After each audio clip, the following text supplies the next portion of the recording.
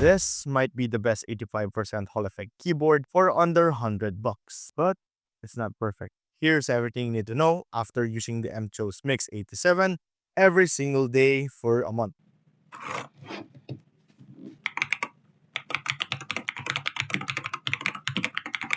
This is the MCHOSE Mix87, the latest magnetic Hall effect keyboard built with half aluminum top plate and a plastic base but with premium touches. Simply the perfect balance, a CNC machined aluminum top plate to give a premium acoustic and durability for those deep thock you're looking for, while plastic base shaves off weight for a lighter feel. I got the Gateron Apollo magnetic switches, which we can say as the top of the line for the Mix87 model. Let's check this out.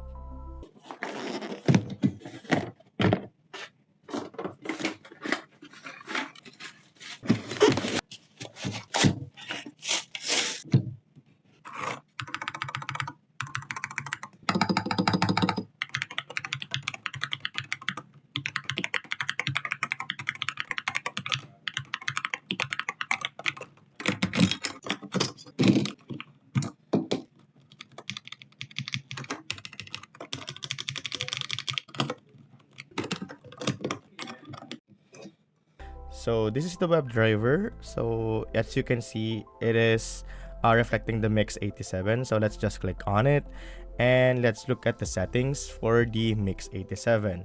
As you can see, there's a firmware upgrade prompt. Of course, let's just update. So as you can see on their website, this is not yet listed, but we already got our unit upgrading the firmware, and let's just wait for it.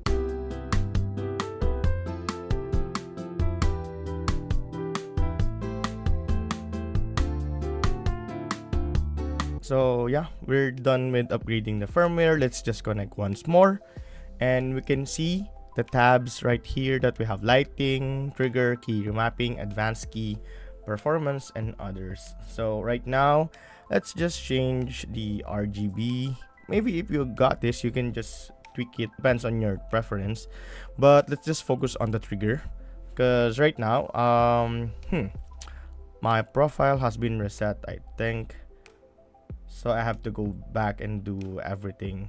Yeah, so let's just go to individual settings key, then let's click on WASD, or you can just click on the upper right corner, select WASD, shift 4 and 5, because right now I'm going to be using these settings for Valorant. So right now I'm just going to reduce the press sensitivity up to 0.05 and turn both of this on.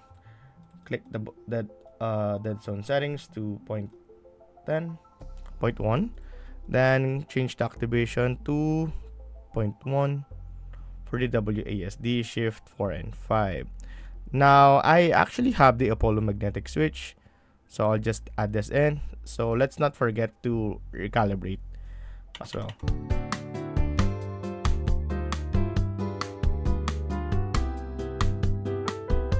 Yeah, so everything is good with WASD 4 and 5 shift.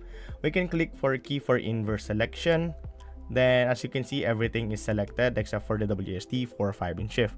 Then we can do the same, but right now I would just put this probably in 1 because of course when you're gaming, you don't want to accidentally press other keys while you're playing.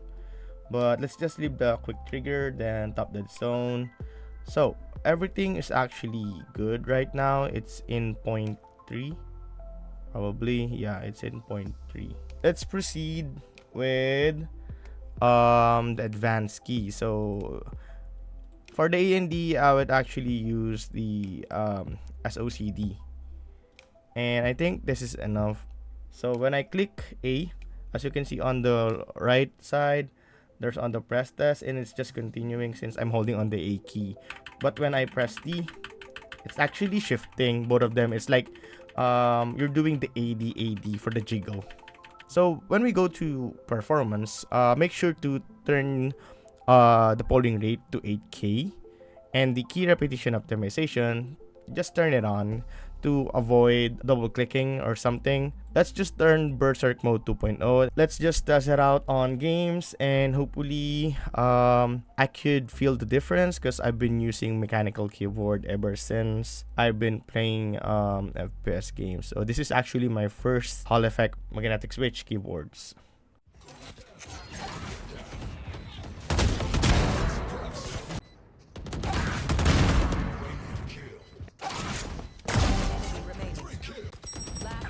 Standing.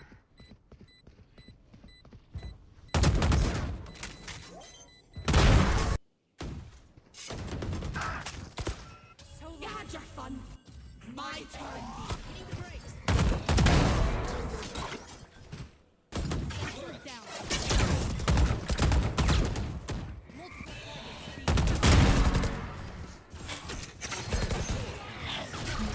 One suppressed. Flashbang.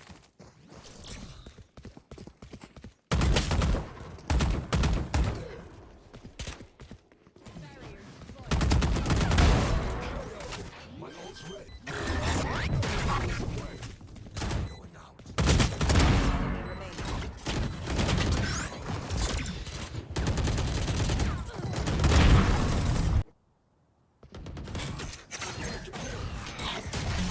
One suppressed.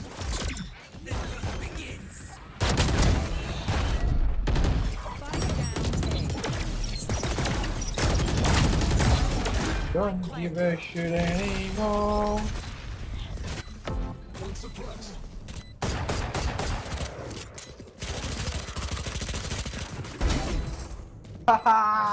Since this is my first Hall Effect keyboard, I'll be honest with you, the MCHOSE Mix87 fits perfectly with my daily use. Whether I'm gaming, editing, or creating content, it handles everything I throw at it. I also have the MCHOSE Ear68 as well, and while it's compact and solid, the Mix87's layout just makes more sense to me. That 85% layout actually gives me the function rows, dedicated arrow keys, and even the navigation buttons without eating up desk space. So yeah, it's a solid middle ground between a full size and a 60%. Now let's talk about gaming, especially in titles like Valorant.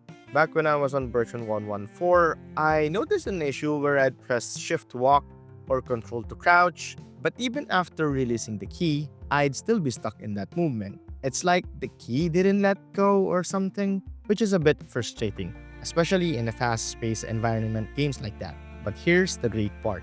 Firmware version 1.16 completely fixed the issue for me. Ever since I updated, everything's been running smooth.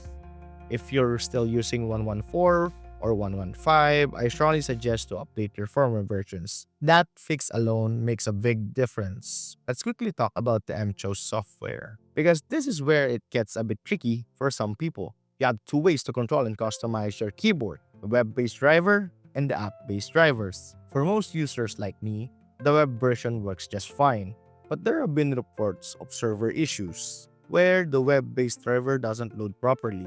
So if that happens, it's good to have the app-based version as a backup. Personally, I'm using the web tool driver, but I also downloaded the app-based driver just to avoid future hassles. Both of them gives you access to firmware updates, actuation point tuning, lighting and macro customization. So it's really up to you. Just know that if the server goes down, you're not stuck.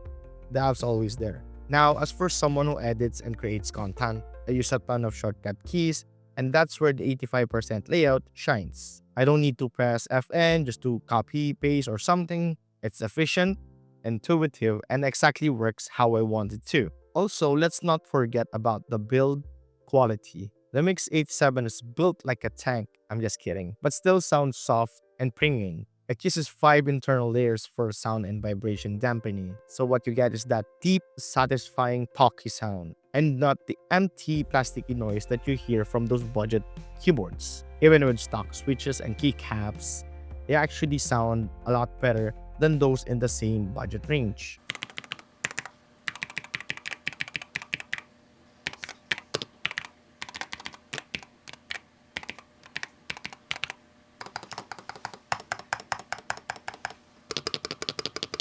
After using the MCHOSE Mix87 for a month, here's what I can say. Everything has been smooth and customizable, Hall effect sensors that feel great for gaming, a layout that's built for productivity and gaming. Actually great value for under $100. This is actually now my daily driver than my $300 Mountain Everest Max that's been sitting in the shelf for quite a while now. So now the real question is, have you jumped on the Hall effect hype train yet? If not, what's stopping you? Let me know in the comments below. And if this video helped you decide on what to buy, drop a like and subscribe for more honest, no fluff reviews. Thanks for watching and I'll catch you on the next one. See ya!